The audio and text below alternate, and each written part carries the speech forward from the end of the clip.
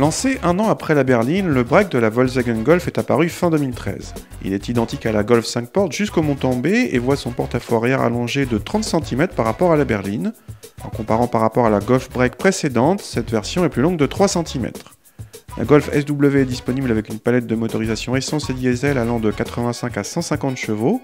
Notre modèle d'essai a droit au 2 litres TDI 150 associé à la boîte DSG, associée à la finition haut de gamme Cara, ce qui fait de notre version la plus chère de la gamme Golf SW. A bord, la planche de bord est bien sûr identique à la berline. Dans cette finition Cara, la sellerie cuir valorise la présentation flatteuse. Notre voiture d'essai est bardée d'équipements comme le freinage automatique en ville ou le régulateur de vitesse avec radar, tous deux de série. À l'arrière, les passagers ont autant de place que dans la berline et sont donc bien installés.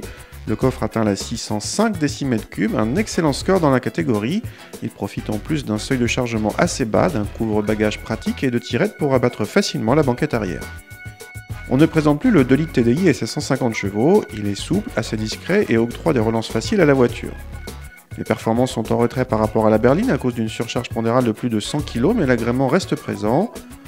On ne présente plus non plus la boîte DSG, aussi douce que rapide et bien gérée.